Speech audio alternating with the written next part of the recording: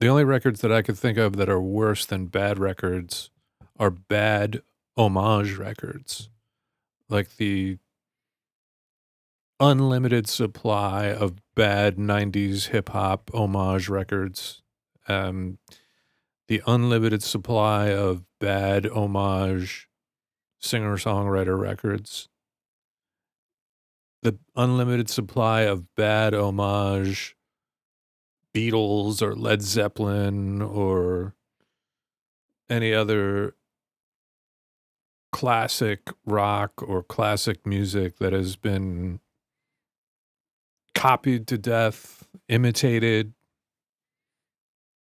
paid tribute to.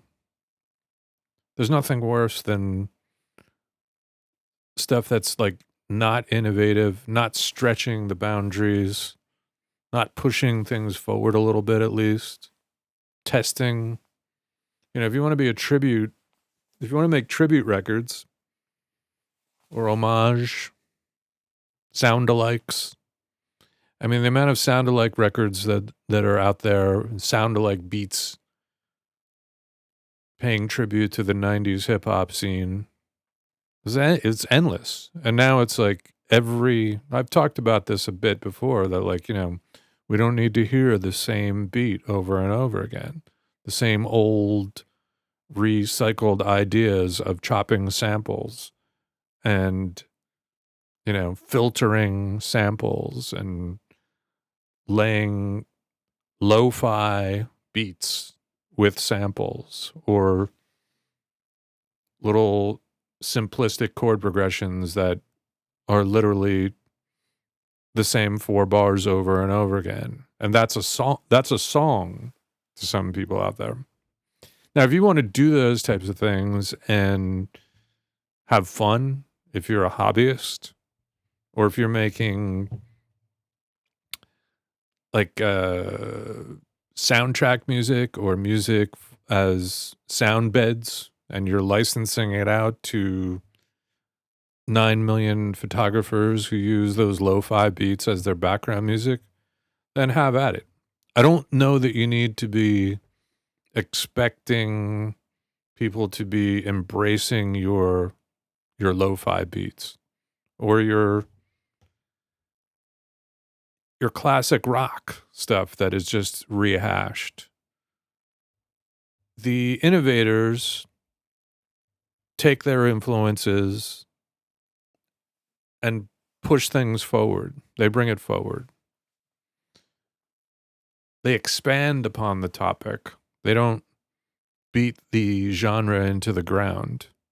Beat it to the point where no one wants to hear it. Fake nostalgia is kind of a nightmare when it comes to what's going on with music today. And I just read this guy's article about the 10 things that suck about music or some shit like that. It's something I'll probably talk about on the live stream on Friday night.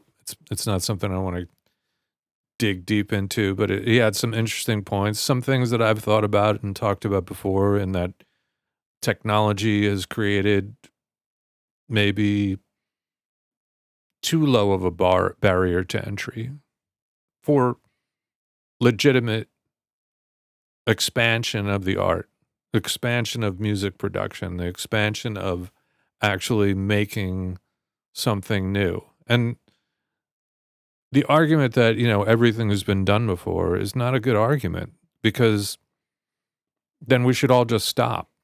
Everyone should just stop. That's no excuse to just rehash everyone else's ideas in a tribute style or an homage style. Like, oh, isn't that great? I just made a beat that sounds exactly like Q-Tip or Jay Dilla or exactly like Easy Mo B. Next thing you know, we're going to be hearing Jack Antonoff homage tracks. I hear occasionally, I have run into Lana Del Rey wannabe tracks. People that literally sing and produce their music exactly like a Lana Del Rey record from 10 years ago. Lord, I've heard Lord completely mimicked. And these artists are wondering, like, you know, well, why can't I get any traction? Why can't people say they really like the way my stuff sounds, but like I can't get anything going? Well, it's because they like Lana Del Rey, they like Lord, they like Lady Gaga. You're not bringing anything new to the table. They love 90s hip hop, but if you're doing 90s hip hop beats and you're thinking that you're going to like surprise somebody, I mean, the surprise is this: no one's going to be surprised. It's going to be, you know, you're going to hear those comments like, "Oh yeah, you know what, your stuff is cool, but it sounds like so and so." Nothing worse for a real artist to hear, if they're trying to be a real artist, than to hear your stuff is quite reminiscent of so and so. This is not a 90s hip hop rant. It's an homage rant. Like, music needs to constantly be expanded upon and pushed and innovated. Risk taking, you know, risk is a big part of making decent art. Artists I've worked with over the years that don't follow the template were the ones that broke through, the ones that actually caught people's attention because they weren't going right down the lane of someone else. You know, there's always going to be like the copycats or whatever. You know, when bedroom pop had its moment, there were several people that got in under as the garage door was closing. It's one of the old phrases. But that sooner or later the door comes down and no one else is allowed in because that genre kind of runs its course. And then the audience's capacity to digest new artists doing the same thing over and over again, that runs its course. That's my point, is push things a little bit. Try some different things. If you're a beat maker, do what you got to do, but you got to find MCs, or you have to find vocalists that are going to take your thing to a different level, because there's only so far you're going with instrumental beats. That's just a fact. An instrumental beat is now going to be a victim of AI sooner or later. You know, it's much easier to plug in several prompts and create an instrumental than it is to do the vocal thing. So, you know, you have to be looking for ways to separate yourself and stand out if you want to. If you don't want to, and you just want to make your beats and do your thing, there's nothing wrong with that. I'm not saying that there is. Have fun. Have a hobby. Have something to do in a healthy manner that you get a rise out of, that you enjoy. I mean, I know people that play harmonica that have no interest in ever, you know, getting a record deal. They're like retired chiropractor who plays harmonica, has fun with it. If you're you know, you're not trying to have a career in the music business, and it is a business, just have at it and enjoy yourself. Follow along. Maybe have the fun of like recreating something and doing an homage.